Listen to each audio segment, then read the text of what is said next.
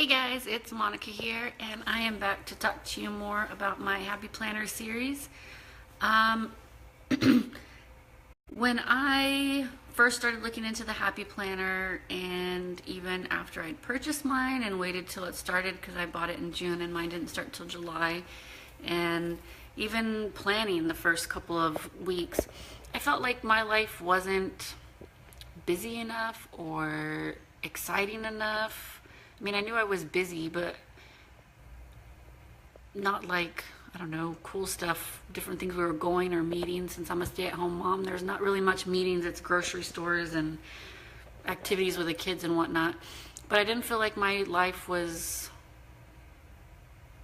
exciting enough to plan. So I really hesitated buying it, but I knew it was something that I wanted.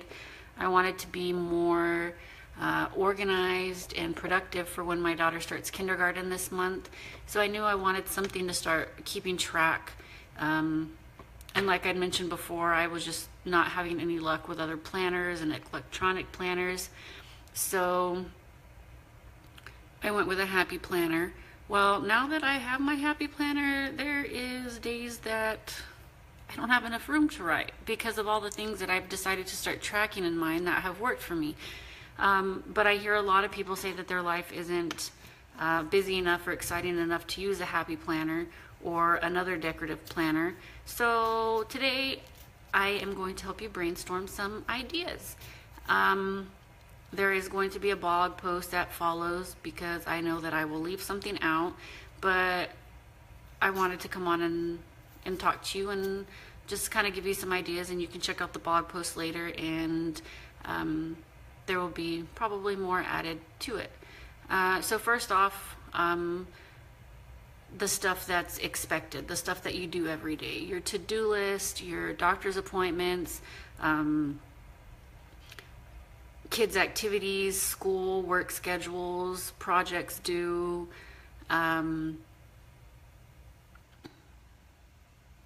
things like that, things that, might be done every week from week to week or, each month, even though you remember them or whatever, but they can still go in your Happy Planner. Things around the home, I like to keep track of cleaning in mine, because I'll think, oh, I just barely, cleaned out of the beds in the kids' room last week. And then after I start to think about it, I realize it's been more than a couple of weeks since I did it. So this way I can see exactly when was the last time that I did something and can remind myself that I need to do it again. So cleaning schedules is a great one.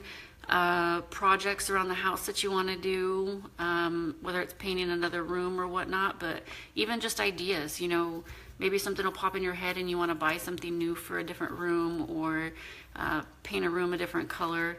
You can write those ideas down in there. Fitness and health. Track your workouts for the week before you do them so you have an idea of what you're going to do so you can prepare yourself mentally if you struggle with actually doing your workouts each day.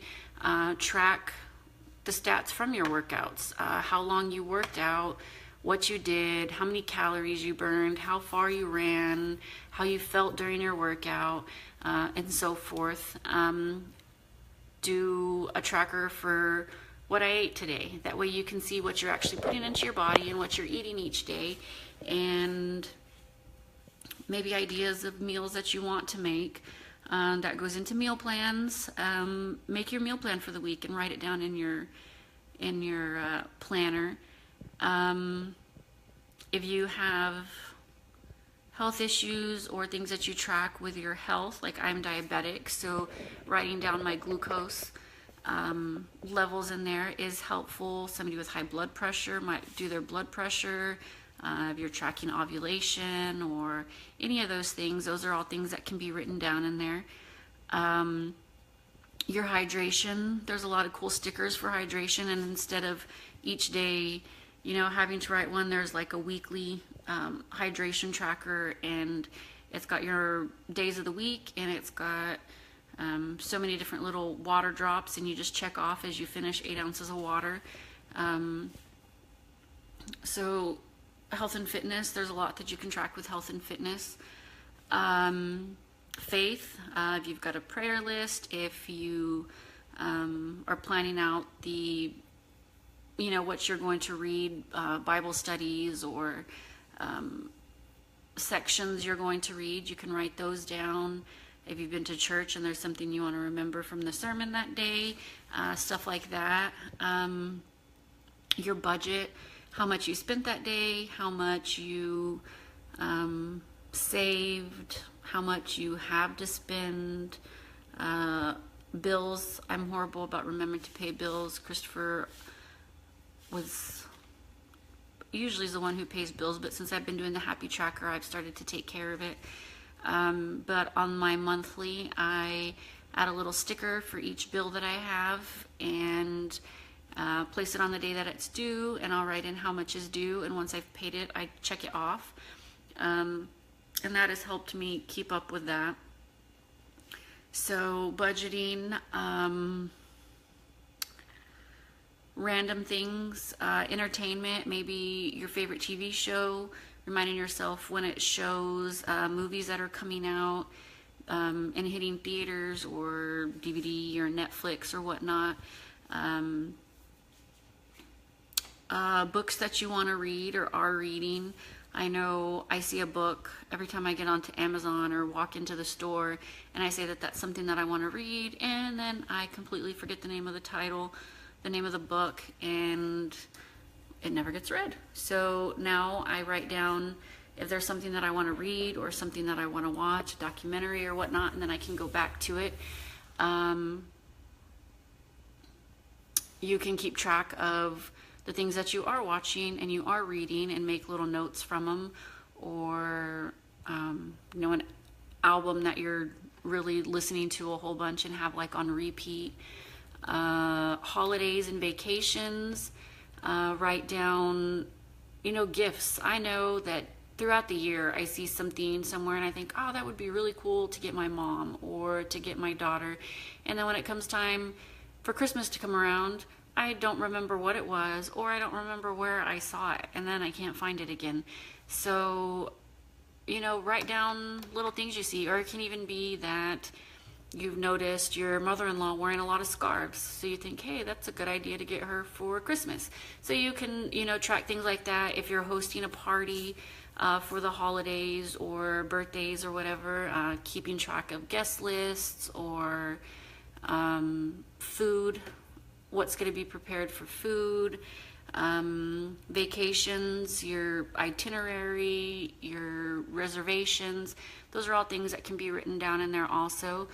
And it's also great for memory keeping. They actually do have a memory planner, and I haven't bought that one. I don't even want to go look at it. It just came out this week because I know that I'm going to want it, and then I'm going to want a little printer to print pictures, but anywho, that's a different topic.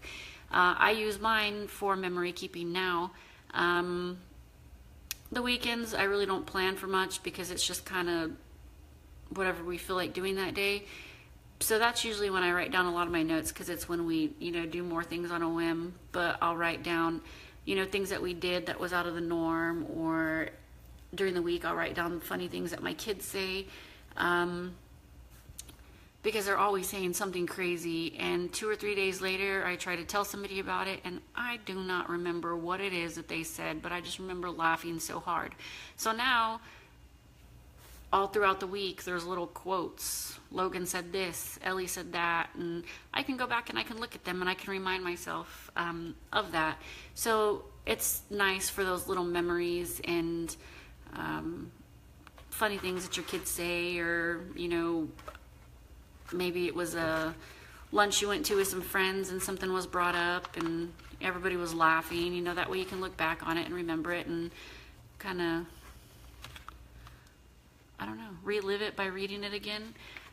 So there's lots of stuff that you can keep in your tracker. Even if you don't think that your life is busy enough or exciting enough, there is so many ideas and so many different things to be used for.